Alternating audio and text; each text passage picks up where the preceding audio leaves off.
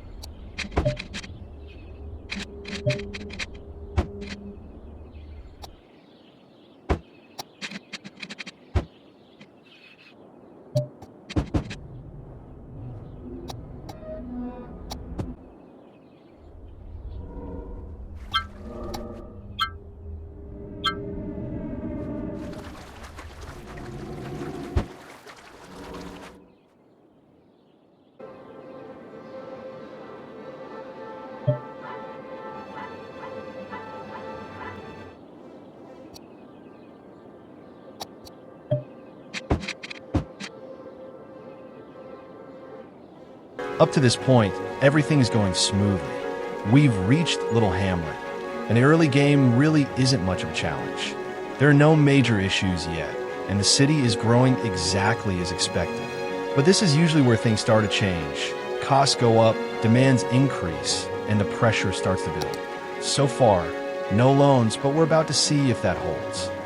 Now that we've reached Little Hamlet, it's time to start spending.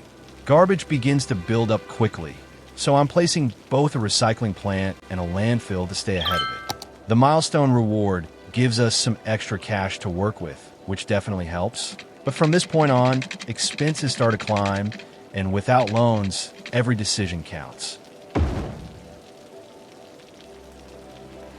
Like I mentioned in a previous video, the idea here is to keep the three demand bars, residential, industry, and commercial, balanced and centered. When those are in sync, the city can grow at a steady pace, and we can rely more on tax income instead of constantly spending to keep up. If you expand too quickly without that balance, you end up chasing problems, building more, spending more, and that's usually what pushes players into taking loans. As you can see here, I'm checking the power levels, and they're starting to drop. The problem is, I don't have enough money to place a new wind turbine. So now I've got a choice: take a loan, or try to coast until I can build up about $3,000. If the power fails, the city shuts down, and at that point, I'd be forced to take a loan, which means the challenge is over.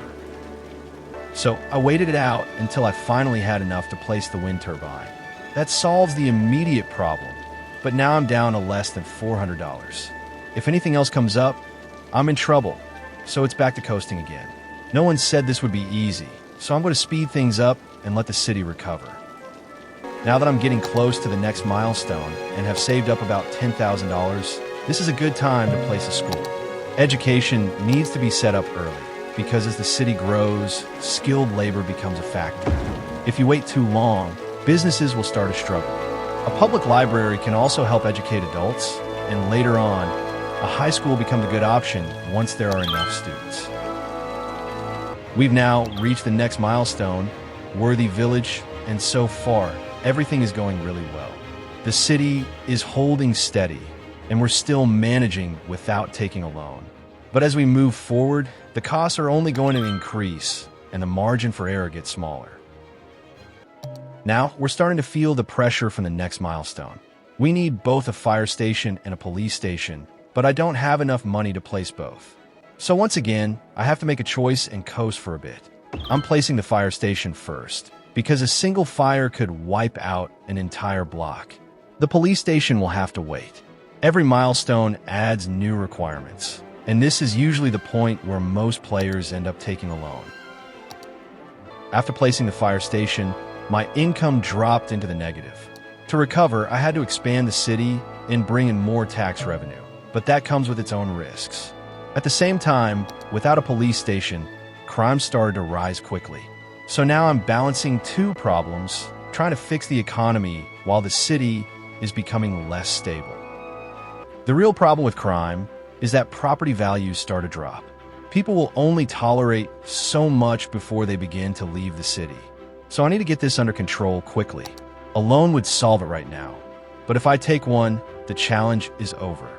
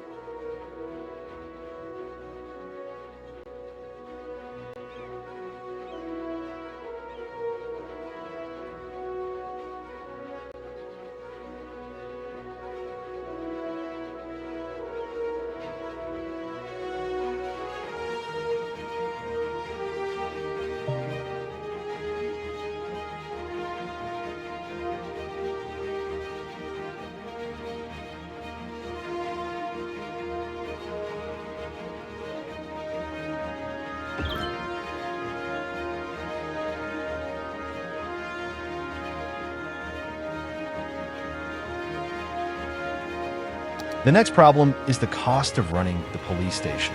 Even after placing it, the added upkeep pushes me back into the negative. Now I'm in the red again, with almost no money to work with. So even fixing the problem creates a new one, and I have to recover without any room to spare. I managed to recover by expanding industry and bringing in more tax income, but now I'm running into another problem. Power is starting to run low again. The issue is I only have about $1,000, and I need closer to $6,000 to place another wind turbine. So once again, I'm stuck with two choices: either coast and try to build up the money, or take a loan. The pressure is definitely starting to mount. I tough it out and finally manage to place the wind turbine. That solves the immediate problem, but once again, I'm left with almost no money to build with. So the cycle continues, just trying to stay ahead without anything to fall back on. And there it is. We've reached the tiny town milestone without taking a single loan. It hasn't been easy. Every step has been a balance between growth and survival, with almost no margin for error. But so far, the city is holding, and the challenge is still intact.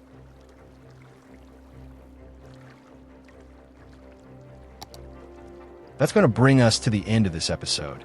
This run definitely had its challenges. We dealt with tight budgets almost the entire time, had to hold off on key services, and were forced to make decisions carefully just to stay out of the red. There were moments where crime started to get out of control, power was close to failing, and more than once, it felt like the city could collapse at any time. At several points, taking a loan would have solved everything instantly, but that would have ended the challenge. So instead, we had to coast, recover, and work our way through each problem step by step. Despite all of that, we still managed to reach the tiny town milestone without taking a single loan. It's slow, it's risky, but it is possible. In the next episode, we'll keep pushing forward and see if we can make it to the next milestone, and eventually to Big Town, without the city falling apart. Don't forget to subscribe so you don't miss the next episode, and give the video a like. It really helps the channel grow. Until next time, take care.